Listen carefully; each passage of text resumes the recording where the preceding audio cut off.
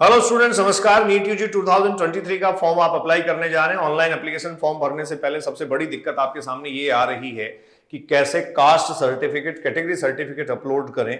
बहुत सारे बच्चों को परेशानी इसलिए भी है क्योंकि एनटीए ने इस बार जारी कर दिया है, ये सर्कुलर बहुत क्लियरली मेंशन किया गया है, 1 अप्रैल 2022 के बाद का बना हुआ कास्ट कैटेगरी सर्टिफिकेट आपके पास होना चाहिए।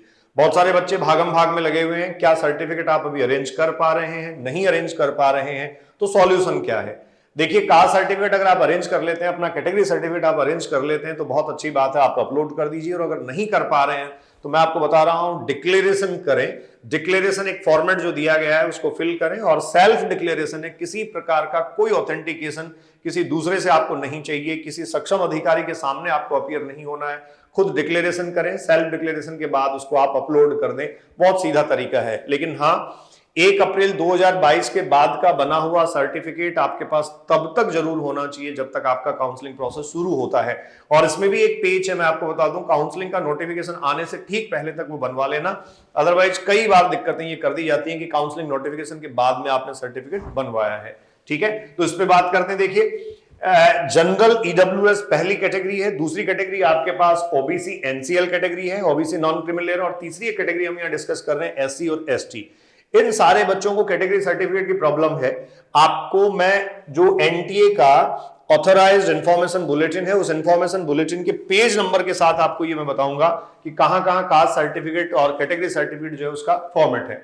तो देखिए, सबसे पहली बात, यहां candidates claiming for the general EWS category. अगर आप जनरल ईडब्ल्यूएस कैटेगरी के लिए आप जो है वो क्लेम कर रहे हैं तो आप अपेंडिक्स 8A और 8B 2 पढ़ लें। 8A फॉर्मेट है एग्जैक्टली, अब वो तो बनवाने के लिए है सर्टिफिकेट। 8B जो है वो एग्जैक्टली सेल्फ डिक्लेरेशन है। तो आपको क्या करना है, 8B जो सेल्फ डिक्लेरेशन है, उस सेल्फ डिक्लेरेशन वाले फॉर्मेट को फिल करके उसको आपको अपलोड करना है। एग्जाम फॉर्म जब आप भर रहे हैं उसको आपको अपलोड कर देना है, और ये आपको मिलेगा पेज नंबर 96। आपका जो बुलेटिन है उसमें पेज नंबर 96 पे आपको मिलेगा।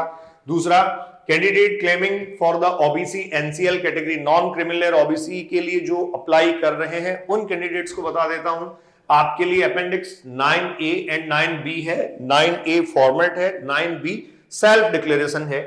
ये जो सेल्फ डिक्लेरेशन है इसमें भी सिंपली आपको वैसे का वैसा ही करना है। क्या, जो इंफॉर्मेशन हैं, पर्टिकुलर्स हैं, वो आप इसमें फिल करें, सेल्फ डिक्लेरेशन करें। स्व घोषणा जिसको आप कहते हैं कि दी गई सभी जानकारियां आपके निजी ज्ञान के अनुसार, मतलब आपके पर्सनल नॉलेज में जो है वो सही है, और किसी भी गलत इंफॉर्मेशन, गलत जानकारी के लिए आप खुद जिम्मेदार होंगे। इस तरीके की लैंग्वेज दी जाती है, और इसमें जो है वो फाइनली आप मेंशन कर लें। इसमें एक महत्वपूर्ण बात है, ये कह रहा है visit ncbc.nic.in for the latest guideline and update of the central list of state wise OBC। कौन से स्टेट में ओबीसी कैटेगरी में किसको माना गया है, इसके लिए आप इस वेबसाइट पे जा सकते हैं। अगर आपको सेंटर की ओबीसी में काउंट नहीं किया जाता, या आपकी जो कास्ट है उसको सेंट्रल ओबीसी लिस्ट में काउंट नहीं किया जाता, तो आपको जनरल अप्लाई करना होगा। फिर देखिए, एससी एसटी कैटेगरी के जो स्टूडेंट्स हैं, अपेंडिक्स 10A एंड 10B इनके लिए भी हैं। 10A में बच्चों वो ही आपके कास्ट सर्टिफिकेट का फॉर्मेट है, 10B में अल्टीमेटली सेल्फ डिक्लेरेशन है।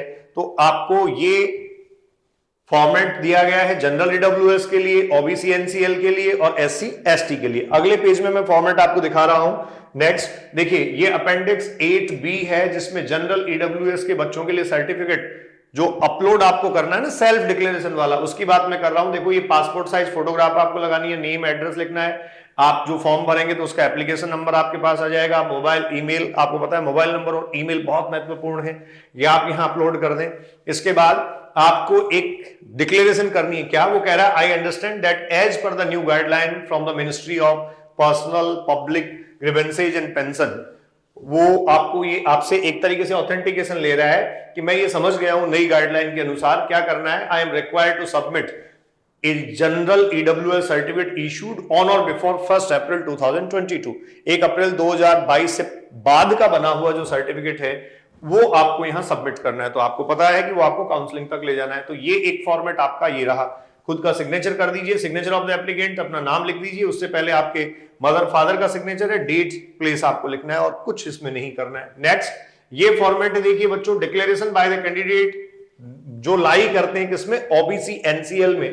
तो ओबीसी एनसीएल के कैंडिडेट्स के लिए भी सिमिलरली ऐसा ही आपको करना है। एप्लीकेशन नंबर, मोबाइल नंबर आपको डालनी है, सेम डिक्लेरेशन आपसे वो ही ले रहा है ये, ठीक है। अब यहां देखो एक बात है, I understand as per the new guideline from the ministry of personnel public grievances and pension I am required to submit OBC NCL certificate issued on or after 1st April 2022 to 31st March 2023।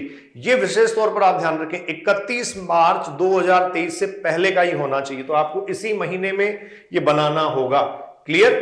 OBC NCL के बच्चों को इसी महीने में certificate बनाना होगा, अभी आप declaration upload कर सकते हैं। नेक्स्ट एससी एसटी के बच्चों के लिए है, इसमें लिखा है declaration by the candidate lie of the SC ST certificate, तो इसमें भी सिंपली आपको वो ही करना है ऑन और आफ्टर 1 अप्रैल 2022, 1 अप्रैल 2022 या उसके बाद का बना हुआ सर्टिफिकेट आपके पास होना चाहिए। क्लियर? तो ये हुआ सेल्फ डिक्लेरेशन कैटेगरी सर्टिफिकेट का फॉर्मेट। और विशेष बात एनटीए ने बहुत साफ किया है कि सबमिट करने से पहले आप अपने किसी भी सेक्शन की इंफॉर्मेशन को परफेक्टली चेक कर लें, कोई करेक्शन फैसिलिटी आपको नहीं दी जाएगी इंक्लूडिंग कैटेगरी। तो आपकी कैटेगरी ईडब्ल्यूएस जनरल है, आपकी कैटेगरी ओबीसी एनसीएल है, या फिर आपकी कैटेगरी एससी एसटी है, एंड सिमिलरली आपकी कैटेगरी अगर पीएसडब्ल्यू है जिसमें फिजिकली हैंडीकैप्ड या फिजिकल हैंडीकैप्ड जो डिसेबिलिटी के साथ जो कैंडिडेट्स हैं उनको भी इस बात का ध्यान देना है, उनको भी सेल्फ डिक्लेरेशन या जो बोर्ड जो जगह उनको दी गई है वहां से अपना सर्टिफिकेट बनवा के अपलोड करना है। Enjoy your life, be safe, thank you.